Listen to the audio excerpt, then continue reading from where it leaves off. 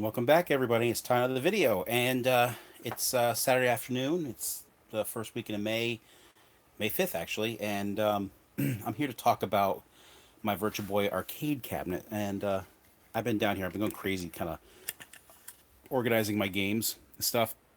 It's not even close to being done yet, but I'm trying to just make it a little bit more organized and stuff. But it's quite a bit of chaos going on around here. I got things pulled out over the place, but so there's that Virtual Boy arcade cabinet that I made. Now I've made that one in the past that I sold, but I have a whole bunch more back there that I'm working on as well. And I kind of said at this point, I've got the vinyl for the art to put on it, but it's just been sitting aside for a while. Yes, I do have a Vectrex. It's Vectrex. It's around the corner. But the so what I've been trying to do here is just get back into finishing at least this one up, and so that's what I'm here to talk about today. So you can see here I have a bunch of Virtual Boy controllers, some Virtual Boy units, and a bunch of joysticks that goes in these when I make the arcade version of a arcade stand, if you want to call it. So there's my original Virtual Boy I had. This was a Blockbuster one years ago, and I'll just show you real quickly. And I want to do this is going to be doing a comparison on this. So this is a Blockbuster Virtual Boy, and as you can see here, I've got two stands, and I actually bought a spare stand back when Nintendo still sold them on their website, because when I first got my Virtual Boy, it sucked. Keep knocking that out. It sucked using it on a table. So what I did is I drilled and tapped the bottom of this stand, as you can see right here, and that will just. I had a thing that I could actually screw it onto, so I could hold it like it. Basically, it was adjustable height kind of thing. It was like kind of like a tripod. And so after I did that, second here, weird thing. Okay, so after I did that, I was like, well, I kind of wrecked that one, so I bought another one right here. As you can see, this does not have a hole. This is a brand new one from Nintendo. I got a long time ago. So this one has never been used. So it's in the case. And boy, these Blockbuster boxes are so nice. It's like a gun case for your system. So, and this has got everything. It's got a power adapter. It's got the battery holder. So what I'm here to talk about right now is what I have right here is this replacement stand for Virtual Boy, because what I need to do is mount these Virtual Boys on the cabinets, and the stands are kind of hard to come by. The Virtual Boy units are pretty easy to get, but a lot of times they're missing stands. So these guys are. Let's see who's making it again. It says Repair Box. Hi, Delusional. How you doing? So what I want to do is I want to test out this new stand. I haven't even opened it yet. I've got the tab here so I can take it open, and I want to compare it to an actual Nintendo one. Here, I'm wondering how the clip works in comparisons. This is my original one. It's perfectly fine. And additionally, I have this other tripod stand, 3D printed one. Someone selling on eBay, and this is it's a little scary because if you see here, it's got this bendy thing on it, and that's the bottom. I think once you put it on a tripod, the mounting bracket that holds it flat like this, it kind of, I think it holds it in place. So basically what you do is, this doesn't really need to have a lot of structural support. So you bend it, click the Virtual Boy on, and then screw the tripod base and it holds it flat. So this is just kind of keeping the two pieces together, because you don't want to pull up. It just needs to keep it from going this way, in this direction. Oh, yep, that's the end of that one. Man, couldn't they just make that a little bit thicker? That just broke. So don't buy these 3D printed ones. These are junk. It doesn't matter. I'm not going to use this one. I'm pretty sure I'm not. I mean, if I did, I could just drill and tap it or whatever. But yeah, that sucked. It just cracked. Or did it? I mean, it's kind of cracked. It's definitely weaker now. So yeah, this is kind of junk. I got this off eBay. It's got those stupid ridges 3D printers have. So it was extruded in a vertical direction like this. Or was it this way? No, it's this way. It was printed this way. So let's get to business here. Let's compare them. Okay. All right, so let's move this thing out of the way, and you guys can see. I think you can see all right here. Richard, I do not own a Magnavox Odyssey 2. That's one of the systems I don't have. So I'm going to set this one aside, and let's open this box and see what's in here. Okay.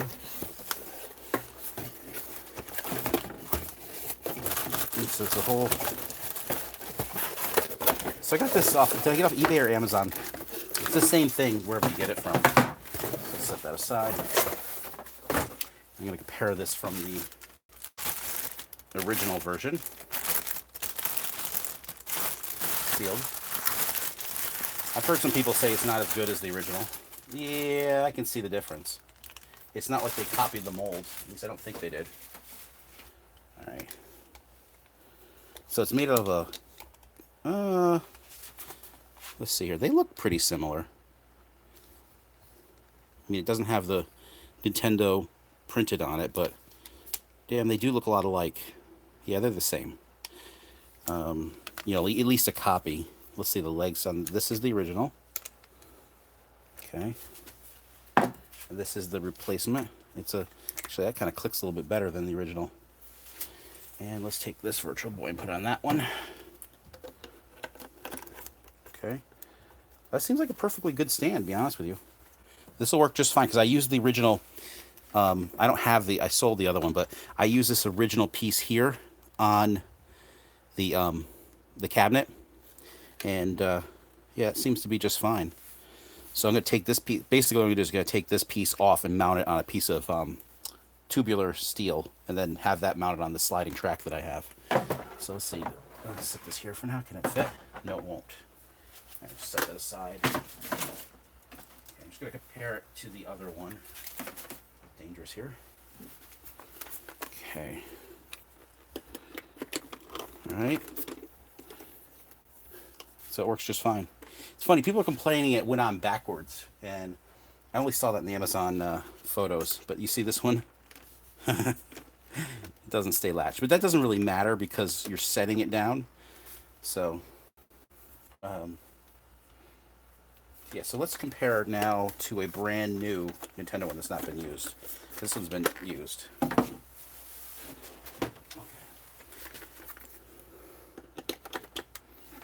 Oops. Okay. Yeah, it's way better. I think if I tighten the screws here on the other one, it'll probably be better. Yeah, so, I mean, it looks pretty much like they just, it's just a dupe. It's a straight up dupe of it. So this is a good stand to buy. So if you see any reviews or complaints about these replacement stands, just know that it's probably someone who's never had the original. Because they're complaining about the stand. It's as good as the original, let's say. So that is that. So now all I need to do is cut the steel tube, mount this on that steel tube, and weld it to the track unit that I'm using. And the track unit needs to have a stop screw on it. So that's about it for the mounting mechanism. Yeah, so let's get these right. These are VUE 1000. I mean 003, and this one has no number on it, so this is the replacement one.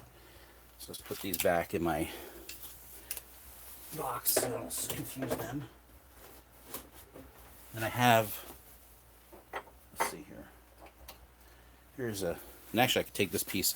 This is an assembly out of another. So the Virtual Boy that I used in the cabinet that I sold actually was missing the stand legs. As you can see here, this piece is broken right here. But they had this piece and the clip, and I didn't use this part of it. I just used the other half of it. So, yeah. So actually, I could fix that other stand I have, the one that I drilled the hole in, which I probably will. Take this piece, put it on it, have a completely different stand. Oh, and another thing I bought. So it was great back in the late 90s, early 2000s. Early 2000s. Nintendo sold parts on their website. And this is actually an original... Hey, John, how you doing? Nintendo ear... what do you call it? Face piece. Now, this doesn't include the plastic that it clips onto. So as you can see, that one Virtual Boy I picked up used has no face clampy, you know, the plastic piece that holds the visor. So you see this piece right here? This is what holds the foam on. But back when I only had the one Virtual Boy, I bought one replacement piece of foam off of Nintendo's website, thinking, well, that's all I'll need for the rest of my life. Little did I know I'd be doing this. So if I'd known ahead of time that I would be making a bunch of Virtual Boy arcade cabinets, I would have bought a ton of these stands and a bunch of those parts for it because they were cheap. I think I paid for the foam; it was like $8. So yeah, I wish I got that back then. But you see, I got a bunch of Virtual Boy controllers down there, plus the one in the case. So yeah. So and actually, I don't even need to use these controllers to make a controller for the Virtual Boy. The reason I use these when I do it is because this connector here.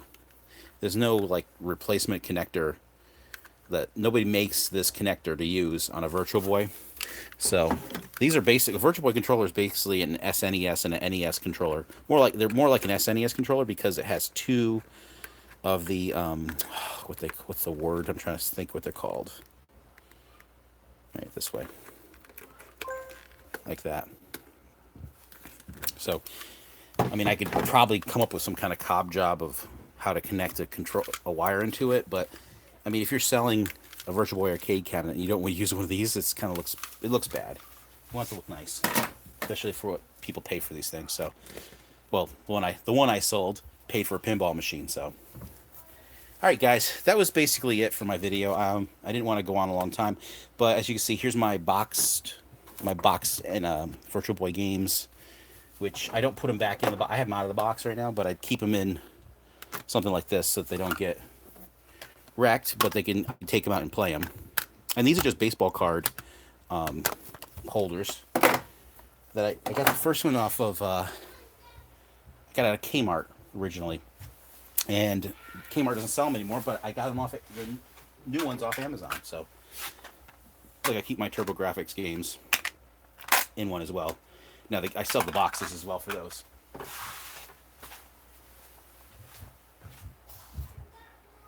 And if you're into TurboGrafx, this is a good thing to have. Now I'm not a fan of flash carts, and I'll tell you why. Because one, when I have a flash cart like one of these things, it has every single game on it, right? That was ever for the TurboGrafx and the PC Engine. And you'd think that's the greatest thing ever, but you know what ends up happening is I put this thing into my TurboGrafx or my Turbo Express, I turn it on, and I pick a game to play, and I play it for, I don't know, 30 seconds to 5 minutes, and then I get bored with it. Or not that I get bored with it. What it's more like is I have kind of like, I don't have attention deficit syndrome, but with the flash cart, it seems like I'm like I can't keep my focus on that one game. I keep thinking, well, what if there's something else I want to play? What else is there? Is this a good enough game to be playing? Like I think that the whole time when I have this thing in there, so I keep switching games from one to another as a, so it's ridiculous. So so these EverDrives that Criz Crix makes, these things are fantastic. So the one thing I will say about the TurboGrafx and the PC Engine is that the games are not, you can't play PC Engine game without an adapter in a TurboGrafx or Turbo Express. So there's a lot of games that never made it to USA, so you can play them using this. And the other thing is that a lot of Turbo Express games are extremely expensive, and the good ones are the ones that are like that. So so having one of these is kind of like the thing to do. Like, you know, having a what is it called? An EverDrive for the Genesis. I mean, I've got a ton of Genesis games, and I have the ones I want to play, and so I'm good with that. And the Super Nintendo, well, you know, I gotta say, there are a bunch of games that I don't have for the Super Nintendo, but the thing is that I've got the ones I want to play, and I gotta tell you, like I mean, you can see I have a lot of Super Nintendo games, a lot of dupes as well, but let me move this too because so you can see them.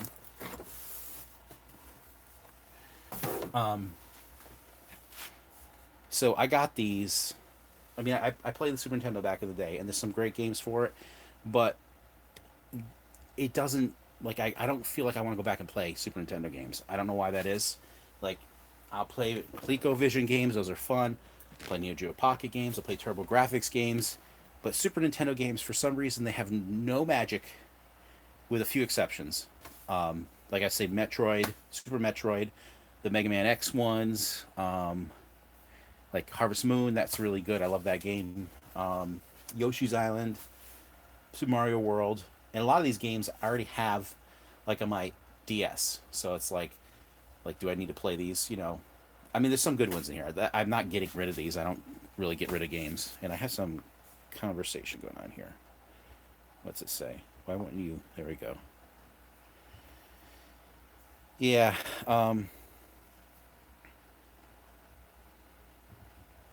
You have a system with 40,000 games. 40,000 or 4,000 games. But anyway, the point is that um, what do I think about Billy Mitchell? All right, so since I was asked about Billy Mitchell, I will answer that because I have a Donkey Kong. I actually have. Let's go over here real quickly. Now, again, my basement is a total wreck right now. There's the Junior. Okay, so right here is my Donkey Kong arcade cabinet, right? It's not on right now. Okay. This here has Donkey Kong in it, or at least it did. This is actually a what's it called? Lost my mind. This is a radar scope. And I'm gonna turn this back into a radar scope. So, but literally, if you were saying I had Donkey Kongs here, I actually have three Donkey Kongs here. I've got the full size, I've got a cocktail, and I've got a cabaret right here. I'm gonna put some art on the side of this side.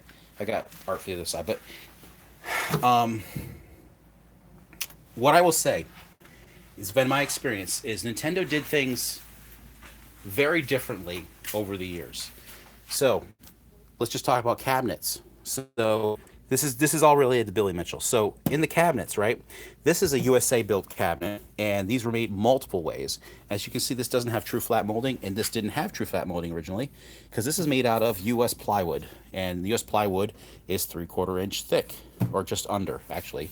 And this actually has Formica on the sides, right here. And a Nintendo cabinet made in Japan is not Formica on the side. It's like some kind of coating or melamine coating on the outside. The inside here is similar to the Japanese one. It's got this kind of like it almost feels like a dollar bill. It's like some kind of paper coating that's on the plywood. So you can see this is thicker plywood with curved T molding, but then the control panels were probably made in Japan have the true flat molding on it. Now this has been replaced. I replaced the molding on this completely. And the interesting thing is so you can see right here, there's the Formica right there, that dark color right there, or laminate as you want to call it. I don't have this screwed right now. This is a USA made one though, but some of the parts obviously came from Japan. And so there's the cabinet. Now, down here, this one is a Japan made one, and I've touched up the paint on it, so it's not perfect. But this one is a laminate style one. And this one here is, again, a USA one, but this was made out of particle board. Every Nintendo cabinet through the years, they just kept changing how they did things. They didn't do anything particularly consistently. And so I personally have 5 Donkey Kong board sets. And I bet you if I set them up to record, straight up and did it like the way Billy Mitchell did, I can't guarantee, and I'm not saying that I know this for 100%, but the way Nintendo did things, I don't know if they would actually record based, and it could be a different ROM set, if it would look like MAME or not. So the question is like, is it been proved conclusively? Yes, it looks like MAME in the video, but matter of fact, let me just turn this on. Oh, I actually have to turn on Alexa, so when that's all the way over. Yeah, I'm not gonna do that right now, but yeah, so I'm not gonna turn these on right this moment. But the point, hold on a second here. Yeah, I'm not gonna mess with it right now. If I recorded this, if I took all my board sets, tried every ROM revision, there's a 4 board set, there's the 2 board set, there's the different ROM revisions. You set up the recording like Billy Mitchell did. At least he says he did. It was going through a VCR into a computer or something like that to record. You might find that it looks like MAME. That's all I'm saying. So I think it was a hasty decision to ban him forever. I mean, do I think he cheated? Um, I think it's more likely that he did, but I'm not 100% sure on that. So I would make a decision. I'm getting my wife calling me, so I'm going to stop this video here. But there's my opinion on the Billy Mitchell thing. So um, I'm going to end this video. Thanks for watching, guys. I'll have some more things in the future. You think he's 100% a fraud? See, that's the thing. Why do you think he's a fraud? It's you like. How do you know for 100%? Were you there? Did you see how it was recorded? I'm not defending Billy Mitchell. What I'm saying is Nintendo did things so differently in how they built their cabinets, how they made their boards. Things changed. How you record things has been my own experience. I have my own setup recording thing here. I got kids screaming upstairs. But this is my whole recording rig I have here. So keep that in mind. And he is good at things. So as you can hear, there's a little chaos going upstairs. So I'm going to stop this video now. Thanks for watching, and I'll be back.